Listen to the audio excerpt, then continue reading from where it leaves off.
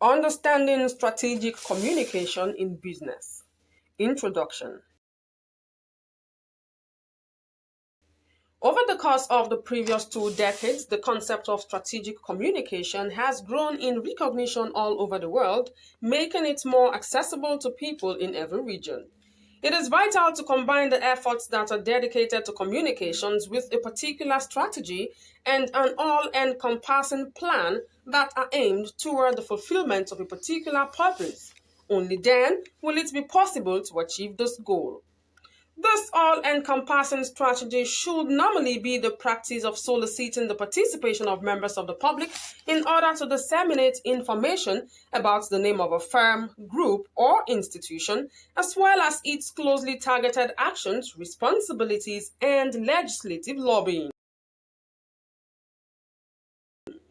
This should be done in order to disseminate information about a firm, group, or institution. The phrase strategic communication has been defined by a huge number of different people in a wide range of different ways. These people include both academics and business people. They have described it as an approach that assists in better comprehending what is being addressed, while simultaneously encouraging relevant stakeholders to join in talks. Information operations, public diplomacy, and information management all play a role in information management, which is the management of public policy and administration.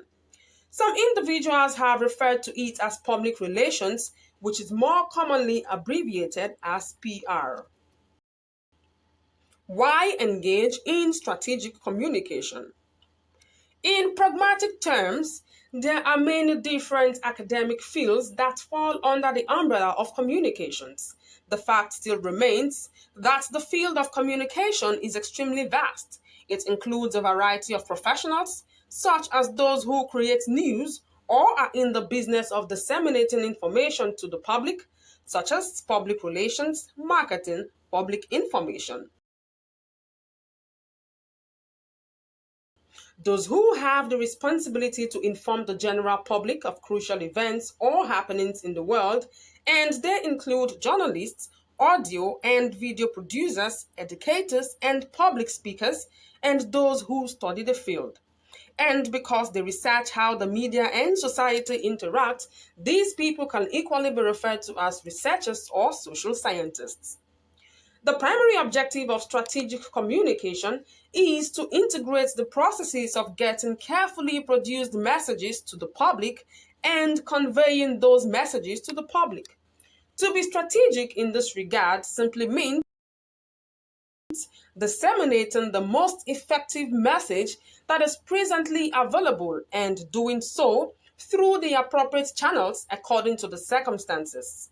Communication conveyed needs to be of the highest quality in order to ensure success when compared to organizational goals and those relating specifically to communications. Doing so would be very much in order.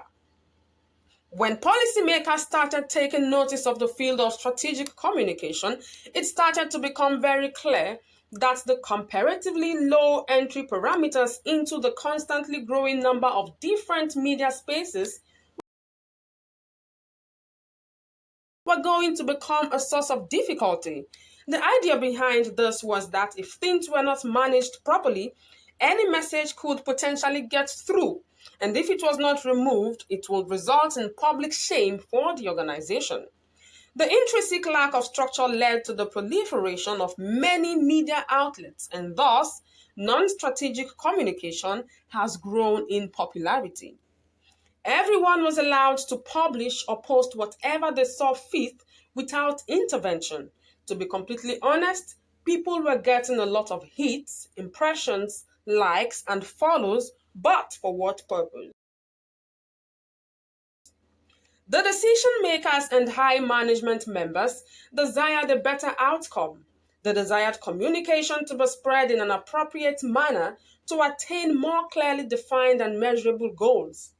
The purpose of this effort was to have an in-depth conversation on the art of strategic communication, including how it is used, where it is utilized, and the reason why it is deployed. We will investigate what people who worked in the field of communication in the past thought about the concept, how they interpreted it, and how they went on to implement its principles, as well as the things that we may learn from their experiences. It is true that technological advancements have continued to advance and have brought about a great deal of innovation. On the other hand, the strategic approaches that communication experts have utilized over the years share striking similarities, and we can gain a great deal of knowledge from all of this. Over the course of the past several years, the methods of planning and research for strategic public relations have grown to become, without a doubt, the most effective tools that are accessible to be used by public relations professionals. The increasingly competitive nature of the business environment in the world today places an increased amount of pressure on the managers of communication channels to be able to demonstrate in a transparent and measurable manner how the results obtained from their public relations programs benefit their respective organizations. These expert practitioners are supported by their organizations, which not only provide them with more leeway in the decisions they make, but also make certain that they have access to the most cutting-edge resources that are currently on the market. These practitioners also have access to larger budgets to ensure that the activities are carried out without a hitch. All of these things are done as a result of companies making the decision to become more strategic and thoughtful with regard to the content that they put out.